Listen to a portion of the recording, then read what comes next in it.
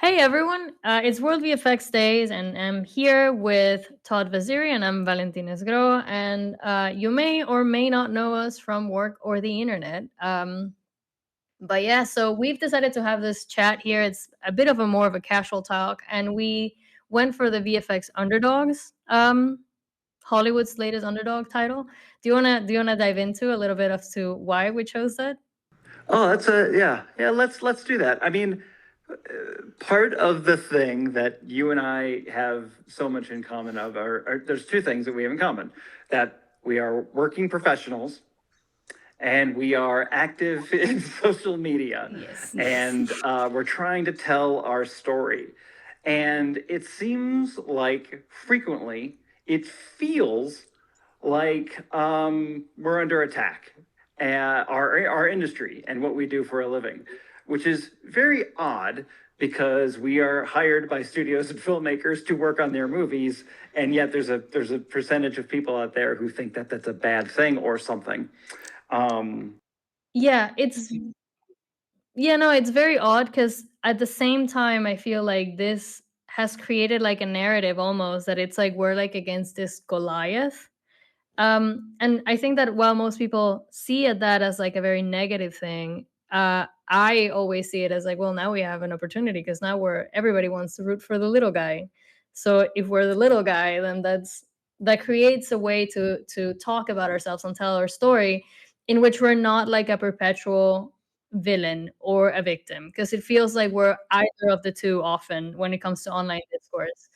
And I want to change that. Like I want people that work in this field to be seen first and foremost as artists, and ideally, mostly as artists. yeah, and I want to make something very clear, that, and something I don't say very often, because I think both you and we're in the weeds and we're in the mud very often. And there is this idea that CGI is ruining movies, whatever that phrase means to whomever is saying it. Um, Two things I want to make very clear: the people who are in film or who are fans of film, who want to learn about how movies are made, um, the folks who are saying these types of things, these very negative, putting it mildly, ignorant things, are a very small minority. Yeah. It's a tiny fraction of anybody who wants to, is not only just like, I love movies and I want to watch movies, but who takes any step into, a regular person who takes any step into, hey, how are these movies made? Let me read a book. Let me read a magazine. Let me watch a documentary about it. It doesn't take long for people to understand that cinematographers work with the filmmakers, sound editors work with the filmmakers to make artistic choices, the costume designers, that every single step of the pipeline of making a movie is a team effort. It requires craft, artistic knowledge, and we're all fulfilling somebody's vision. And it's not a hard leap to see that the visual effects department that works with the filmmakers Is part of that. are just the same. Yep. So a lot of these folks who are spreading misinformation, disinformation, are usually just trying to sell something or tap into what drives the internet, which is Rage anger bait. and rage bait. Yep.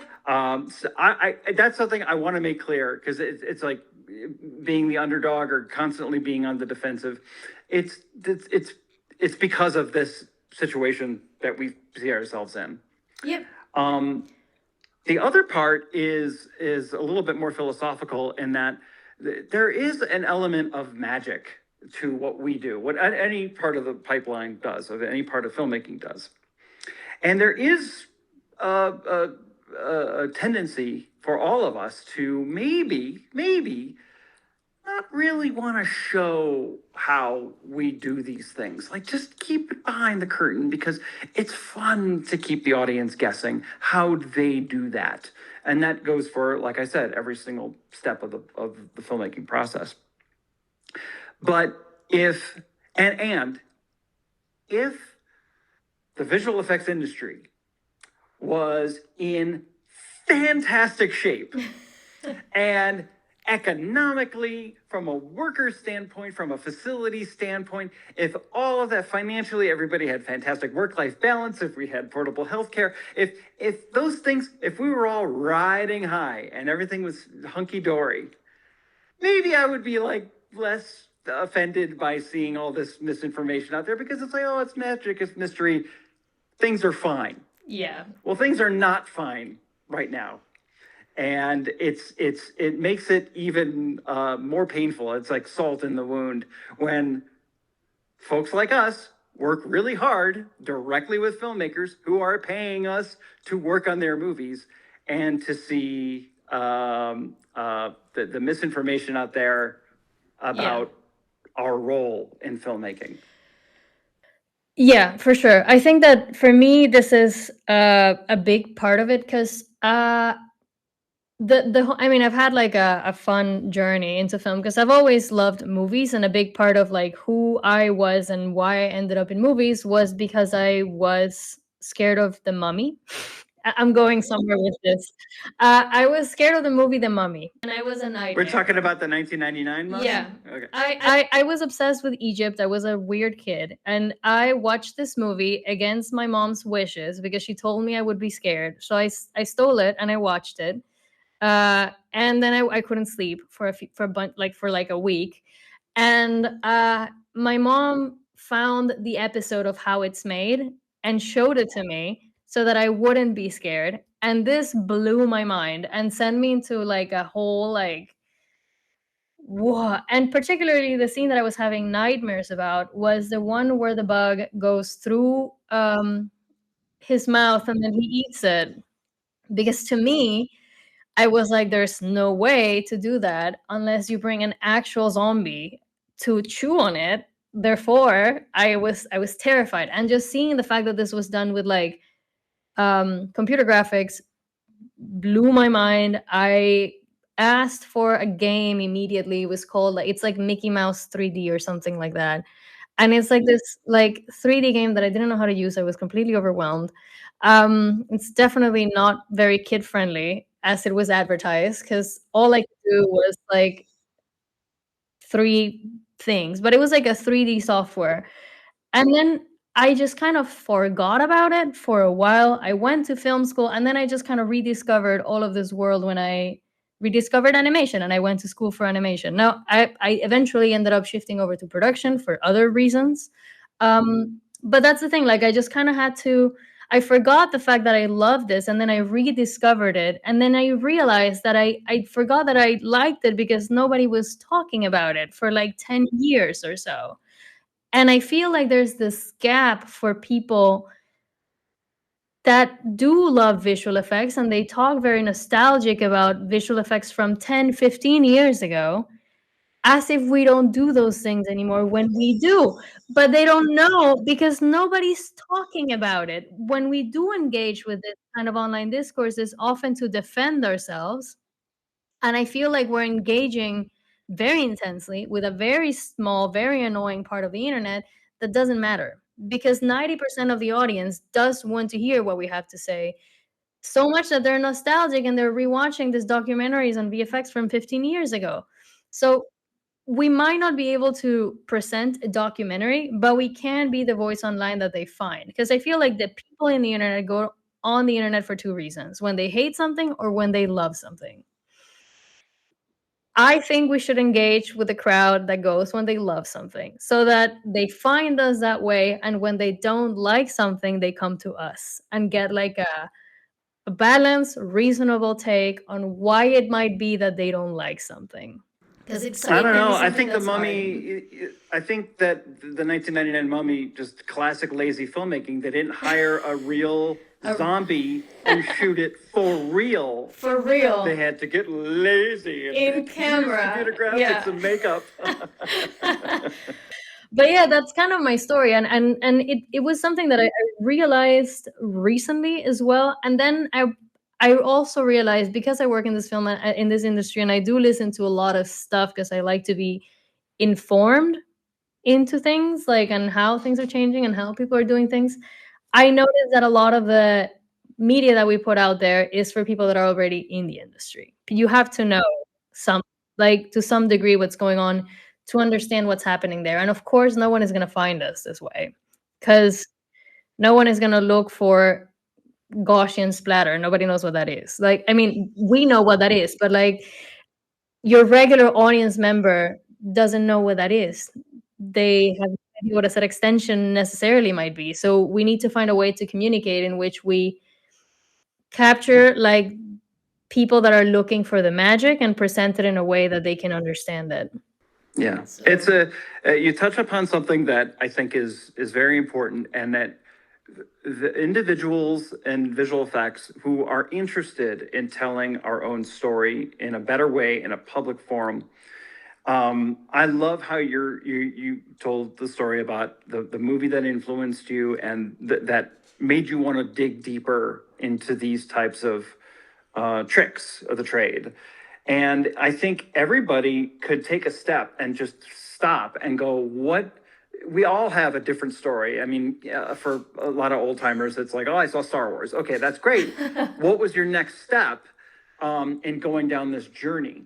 And remember how that felt when you were a regular person, or most likely a young person, and you didn't know squat about squat. Like, there's always a moment and when kids realize that art is created by people. Like, yeah. that is a huge developmental step. I think a lot of grown-ups haven't yet hit that point. But when you realize that this is a facade, this is the work of people's hands and tools and things like that. What was your next step? Like, for me, it was, watching Star Wars and Indiana Jones and Raiders, Back to the Future. But the going behind the curtain even further was Cinefex magazine or Starlog magazine, which were deeply influential to me. And it was the photography that got me in. I'm like, wait a second, that was a miniature. Wait a second, that was makeup, or this is before computer graphics. It forced me to want to pick up that magazine and just take every single word in, and that was what started the momentum. Think back to each person, your stories, and how you got involved with this, because there are people out there who haven't yet dug deeper, who might be interested in it, or actually are interested in how these things are done. The how they do that aspect is the positive story that you can say, oh, you're interested. Let me take you on a journey as to how these things are made. Absolutely, and look at all these things that you didn't notice, for example, because it's crazy how quickly, especially with a world that grew with so many screens and stuff, it's crazy fast how you can train people to notice things really quickly. Like, once you have seen what something without a contact shadow looks like, you can never unsee it. Like, you will always be like, it's missing a contact shadow. So these little things are things that send a lot of the times audience members into like a spiral, and it can just be something very simple that's like throwing them off. Today I was watching a bunch of people react to this very cool picture of the sun. I don't know if you saw it. Yeah, I did. Yeah, the Yeah. skydiver. Yeah. So I've tapped into this niche of people thinking that things look fake when they aren't, apparently. And it all started with a fox. And now this is like a rabbit hole that people tag me into these videos because I made a video on a fox that feels really fake. And me and my partner, we were looking at it and we had like a lot of conversations about it. And I saw that the internet was like, why does this real fox feel CG? And I was like, I'm going to make a video about it. And now I'm getting tagged in these things. But a lot of people were reacting to this sun, saying that it looks CG, and it made me realize that it feels like that to a lot of people because it doesn't look how they expect it to look. Because we've gotten so good at fulfilling that expectation in animation, like, or in computer graphics, like this is how you imagine things would be like. that oftentimes reality is disappointed. But because we're presenting a hyper realistic version of your imagination, then like now it's like confusing, right? So I feel like we have all these opportunities to like kind of educate people on the artistic aspect of it, where here we have like a sun that looks nothing like you would expect the sun to look like when photographed, and you can use it as an opportunity to talk about the artistry of when you do make a CG sun and why we do it the way that we do it. Right, right.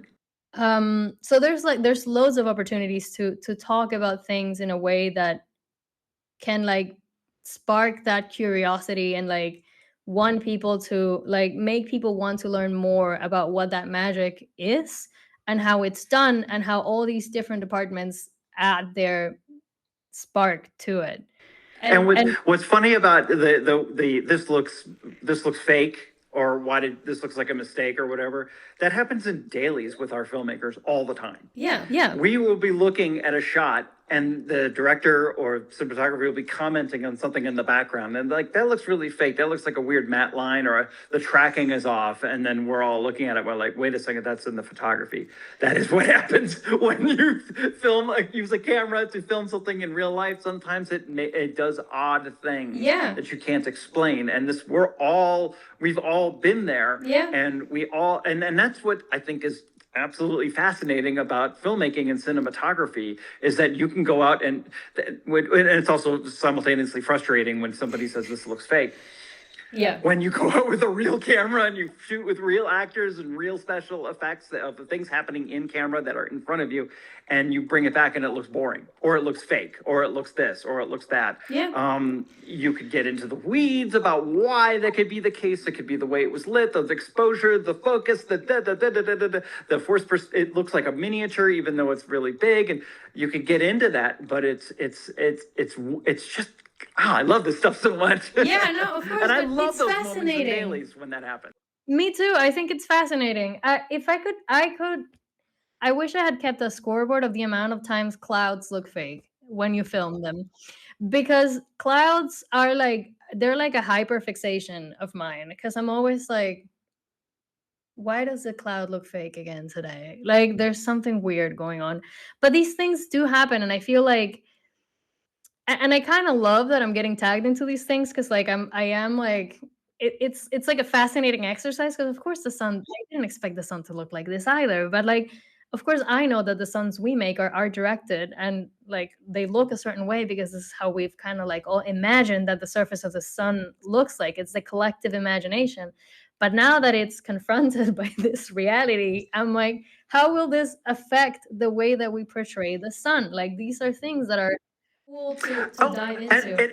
it absolutely influences the visual vocabulary of what's going to happen next, like that view of the sun. Well, everybody's going to be going, hey, wait a second, I kind of want to have that feel in my show. How can I make that happen? And then we could talk about exposure balance, and when you're shooting into the sun, I've done a lot of shots where we shoot right into the sun, and then you have to make choices of how bright or dark, how well exposed do you want it to be, because you could get a ton of really interesting data out of whatever we built for the sun, but at the sacrifice of anything in the foreground, which is exactly the same discussion you would have in live action. This is all the exact same discussions. Yeah, it's fascinating, and I do think that a lot of people have that interest because I see those questions being asked online, and I feel like the mistake we're making as an industry is engaging with the side of the internet that doesn't want to hear about it.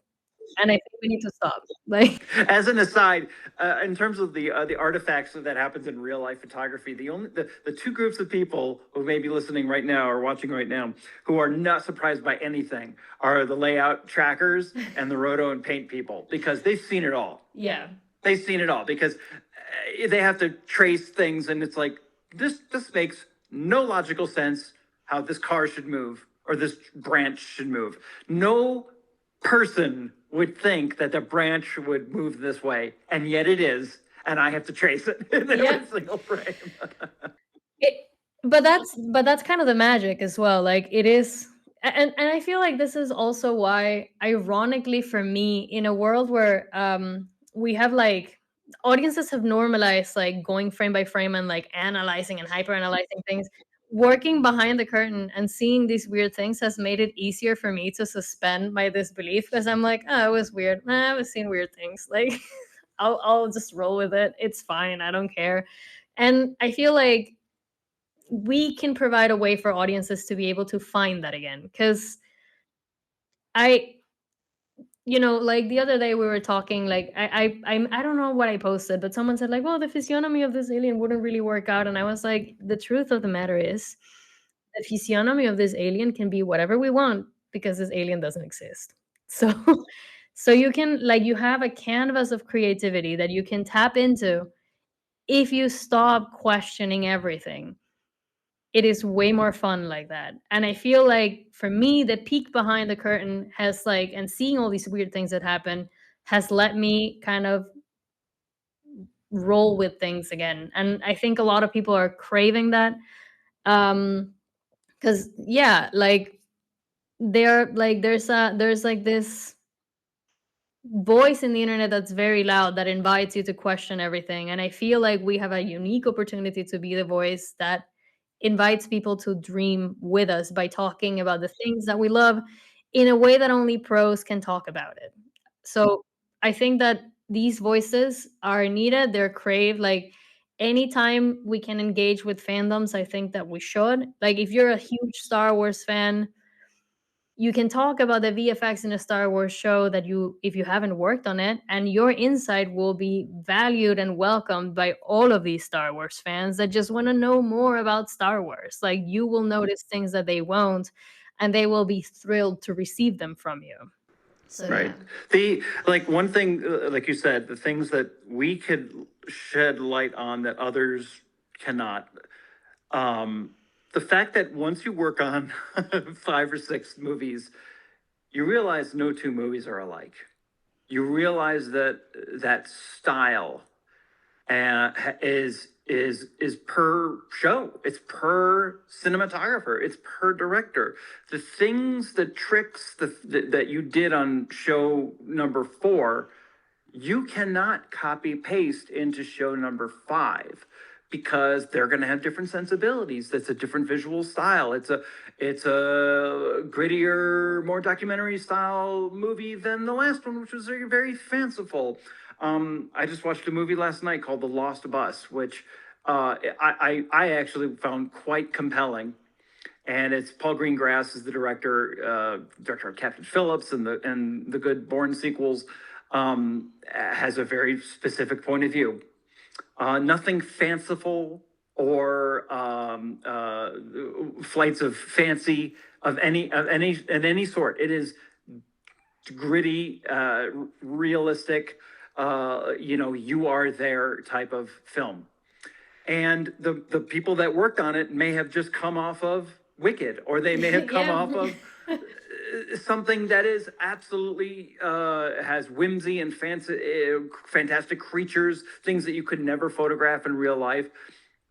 But the way this movie was designed and styled and fashioned was had a completely different point of view, and that's what makes all this so exciting. And then to have the visual effects people or the cinematographers or the costume people speak about how the craft that we do in different ways and for different projects. It's not a copy paste type thing. And that's what kind of is one of the more infuriating things about these video essays or the film bros who say, here's why movies are look this way now and why it's bad. It's like, okay, that's great. You're going to come up with the one solitary overarching rule that describes all art.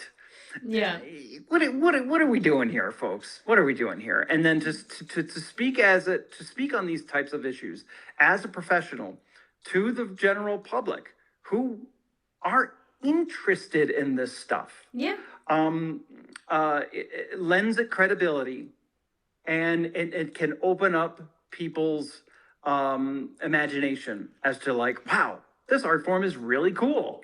Yeah, it also lets us be more specific and walk away from the word CGI, which I despise. Um, We don't use it. No, And day to day, it's not a term, it's not a because you can term. also ask the people who use, you can just 10 people who use that term, what does that mean to you? And you're going to get 10 different definitions. I've sat in so It's a many, yeah. meaningless. I've sat in so many debates on this topic, and I'm like, "Oh my god, like, why are we doing this again? Like, none of us care. Like, why are we even like?" But I feel like if we had an audience that was curious enough, we can finally all agree that this is a reductive term. The thing that I actually like the most about it is that it attributes the credit to the computer. We type books on computers all the time. We don't call them computer generated books. Like, I'm sorry, if you export a PDF, like, we are not calling it a computer generated book. So I despise the computer generated image aspect of it because I think that it completely erases the artist out of the narrative. So I avoid it like the plague, but I also don't like how much debate it causes throughout, like, people just trying to define it. Because if you can't define it, then it's pointless to me. It's like a nothing term. Hmm? So I'm hoping that, like, if we have a more curious audience and if we engage with them, then we can get into more specific departments. The way that people ask about costumes, prosthetics, SFX, like, now a little less practical has kind of done the same that to onset folks that CGI has done to us. But people know that, like, like, like, it's not practical. The department is sets, it's production design, it's props. We have all these, like, departments that matter, and I feel like we have the same in visual effects, but they're all kind of brushed together with this blanket term that makes it harder to understand what we do, and it means nothing, and we don't use it. And I feel like we should start talking about things and introducing slowly but surely disciplines into people's narratives as we pique their interest. That would be my ideal end to this quest. It's just, it's just a long-term dream of we don't use this word anymore. But Well, yeah. on an individual level, like you and I are kindred spirits in certain ways. We were trying to tell our stories in our own ways, using our credibility as, our collateral. I've been trying to talk about visual effects on the internet ever since there has been an internet. And we've both gotten into rhythms of, like, here's what's most effective and here's what's not. So on an individual level, it is, trust me, it is not, even after all this time, it is not easy to get online, get on camera, get on a microphone, and talk about this stuff. We are not media trained professionals.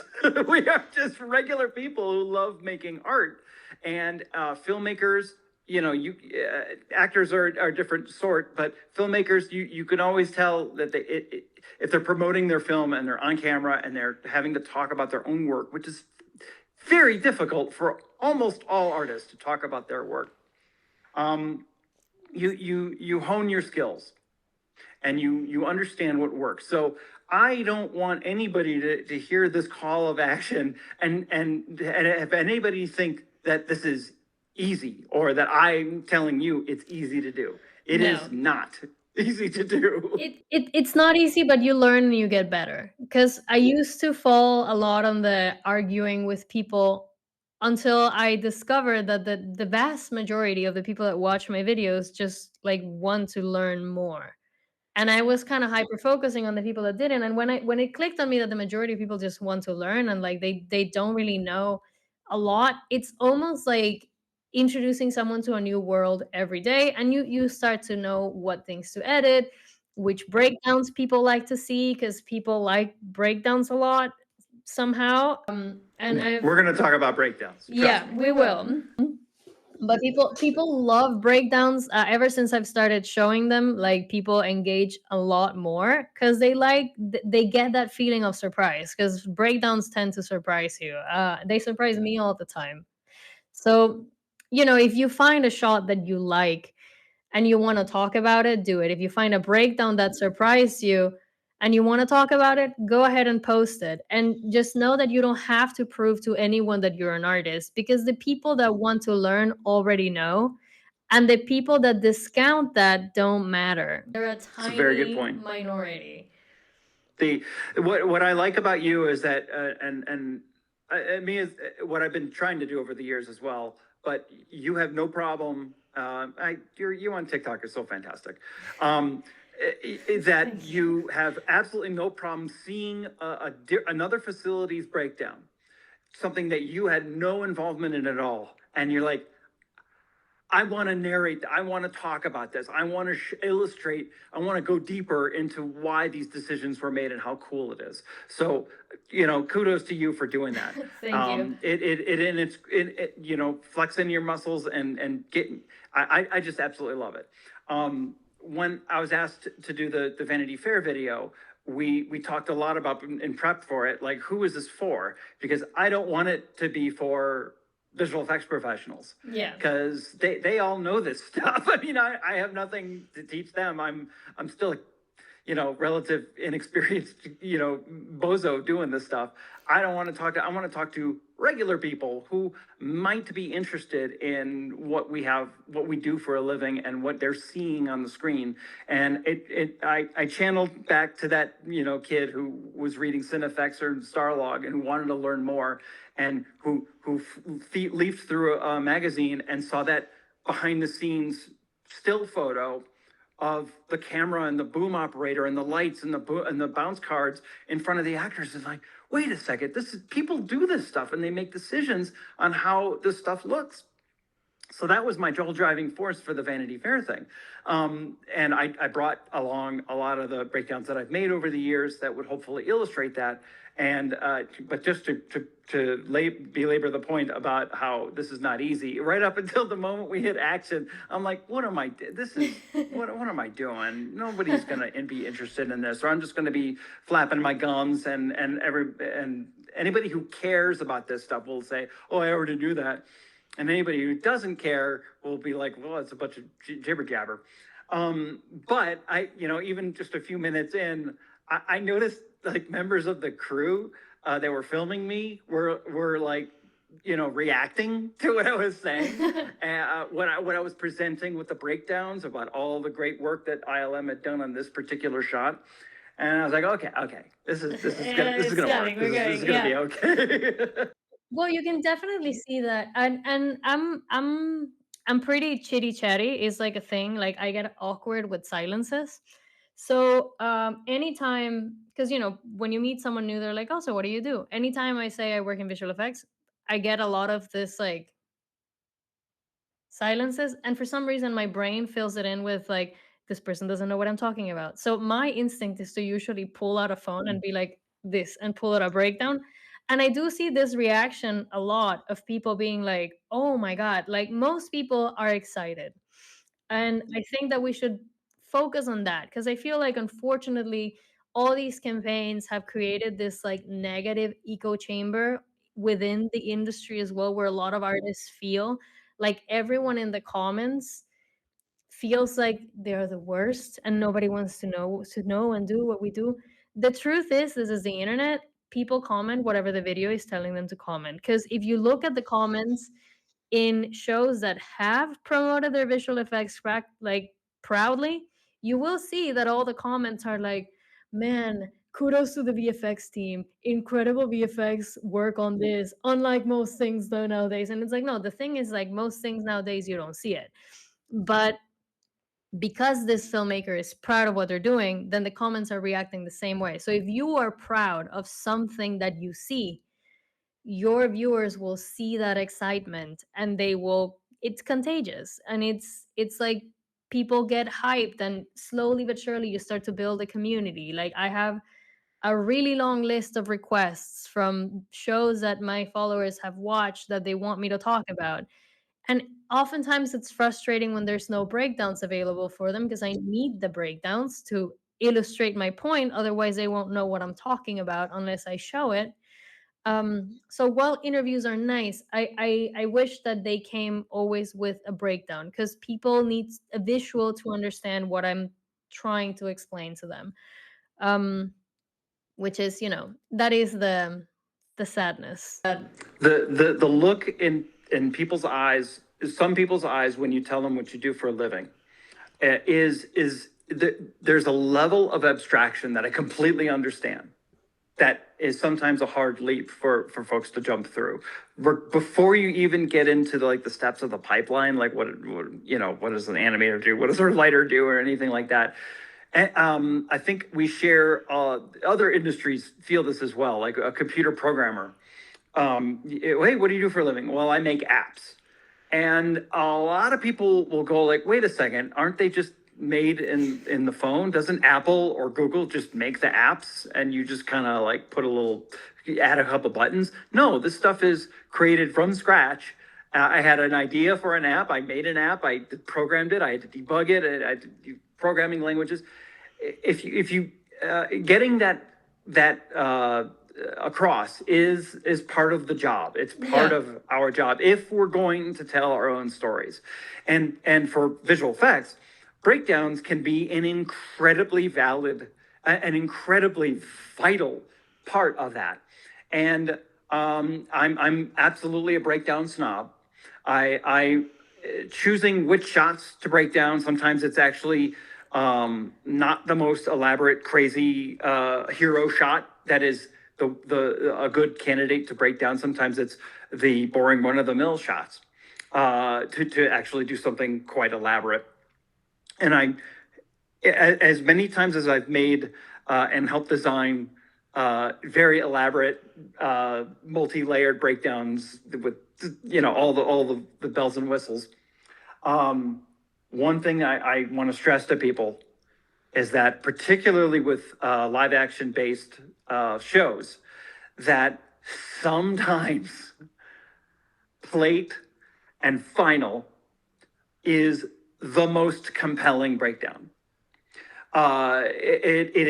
It's sometimes hard to resist to do the fancy wipe, Yeah. or the compositing breakdown. It's like we don't, Yeah. guys, we've all seen it when you're adding 17 different smoke events that have their own color correction. That does not have to be 34 steps in the breakdown. It's not compelling unless you're trying to sell a particular aspect of the shot. But when you're trying to talk to regular people about how this stuff is done, and trust me, breaking down all CG shots is very hard. You need something to hook on to a story, like what was challenging about this. I stress that at my work. I ask everybody, do not sleep on making breakdowns at the end of your show. Which is a big topic, not just how to make breakdowns and how to schedule that, how to budget that as part of the visual effects process. Sometimes this is one of the burdens that we have. Sometimes the client will just not allow you to promote your work. That is a huge thing. It's something where, by definition, we can't talk about. We cannot talk about the work that we did on this show. Yeah. It kind of puts us in handcuffs. Yeah. It makes it tough. It's an issue that is not solved on the artist level. It is solved in the contractual level when visual effects companies are hired to work on these shows. I will say one thing though, and this is kind of like my evil production brain, just like don't going like because I'm like, okay, but like if enough of us have successful channels with people that want to talk about visual effects, then suddenly say like hiding that breakdown becomes a loss. Like if you can show that there's a profitability and a marketing opportunity in using visual effects because it's getting clicks, because it's getting shares, then more breakdowns will be made available because movies will want to use them to promote their movie. So it's one of those things that we have to kind of grassroots campaign it a little bit with the ones that we do have available to like push the see how cool this is and show how our audiences are like, oh my god, this is cool, because they are. And then from that place, then the narrative will shift, because then it'll be like, well, this is getting clicks, so now we want to be the ones that get the clicks, and then they will start promoting it. And I'm saying this like not even like based on anything particularly, but that's what happened to miniatures. Like miniatures had the same problem that we had. until they didn't, because suddenly miniatures were so cool because Star Wars. So I feel like we just need to keep kind of pushing until we hit that Star Wars moment again. And then, it's going to be something that you're going to want to advertise. Um, which, it's comforting if someone is out there like feeling hopeless, just know that like it'll end. It happened to other departments as well. There is an And end. it'll end, and it's cyclical, Yeah. and it's about what's fashionable, and it's gonna there was a time when things were like we always talk about Jurassic Park as a huge inflection point, but that was the same year as The Fugitive, where while Jurassic Park and Kath Kennedy and Steven Spielberg were all and ILM were bragging about Stan Winston's miniature animatronics, rather Mac Lantieri's special effects, and Dennis Murin and everybody doing the ILM dinosaurs, and being forward with it and bragging about it and saying how awesome it is. That's the same year that The Fugitive came out, where they actively suppressed the miniature unit that worked on the train Yeah. crash sequence, where rightfully so, the filmmakers were extremely proud of the full scale, one-to-one live action train collision with the bus that they did, which was heavily supplemented by lots of miniature work and introvision work, front projection work. Yeah. Totally awesome stuff. But they actively suppressed Suppress that. it. Yeah. This has been like a time old tactic that ends when people start talking about it. So I think that the thing that we need to do is to talk about it and to get excited. And it can honestly be very therapeutic to find. And I don't know if like you'll agree with this, but when you find that most of the people that you talk to do want to learn, that very loud minority gets smaller and smaller. Like you start seeing how little, like how small they actually are, and that's why they're so loud. So trying to be the person that screams the loudest, but yeah, it's Trust me, it's hard. Suppressing the urge to scream back and say you're wrong, you're wrong, you're wrong, you're wrong. I don't always succeed at suppressing that, but I'm trying. But to your exact point is like the positivity. Like, well, I'm always wondering what are the next generation, what are they going to latch on to, what is going to inspire them about potentially pursuing this as an industry, or just being a cool fan of how movies are made and being able to talk about it with their friends. yeah, It's super fun. It's a great art form. yeah, It's the newest art form of major art forms, of mass media. There's a rich history. We're doing all sorts of new things all the time, and what I love about it is the collaborative nature of it. me There's a too. lot of art forms which are more solitary, that have a very small group of people writing, painting, sculpting. You don't work with a lot of people. It's more of a singular vision. Filmmaking, nobody does it alone. No. Nobody does it alone. And that's what makes it so much fun. Like putting on a stage production of something. There's the rhythm and the lifeblood of the production. And we all get into it. We all, improvising. Oh, I know what you're trying to get at. What if we tried this? Oh, Yeah. that's a good idea. What if we tried that? This happens in digital effects All the time. all the time. Yeah, yeah. All the time. Well, there was recently, like I think it was for Civil War, where one of the buildings just went with an error because it just created cool windows. And I think that that's a lovely piece of Oh, the happy trivia. accidents. Oh, Yeah, we I do it think all the that's like an time. amazing piece of trivia. Like it's just such a like I made this weird window. Sorry, I'll fix it. Like no, don't fix it. It looks great. Like we're just gonna go with it. It's gonna be great. And these things happen, like they happen all the time, and I think they're very fun and exciting. Like there's all these like moments that people would love to see, and like you can tell them, like you can talk about them, and every what I want anyone who's watching this to take away from this is that you have the power to use your voice and to create that positive space where you can inspire someone the way that you were inspired. um and that little by little the tide was turning and we're starting to see less and less of, it's all real. And now we're seeing the new one is like, it was enhanced with it as much as possible. But I like to focus on the positive. And I'm saying like there's like there's an acknowledgement there. We just need to keep pushing and we need to keep showing that this is something that people want to see and that yeah, that we can get excited about it. And the more that we speak on this, the more people will start to associate the craft with the artist and put a face to it. I have a really popular mini skit. It always does well on the internet, and it's all based on real interactions I've had, and it's VFX artists in the wild.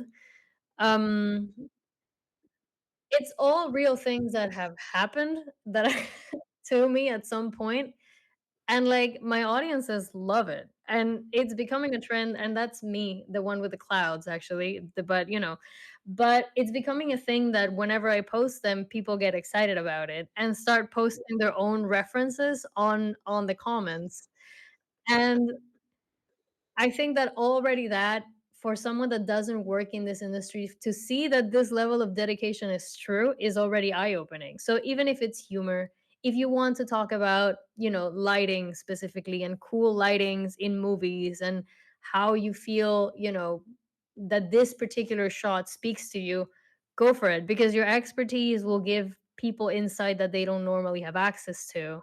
And most people will be excited to receive it. Yeah.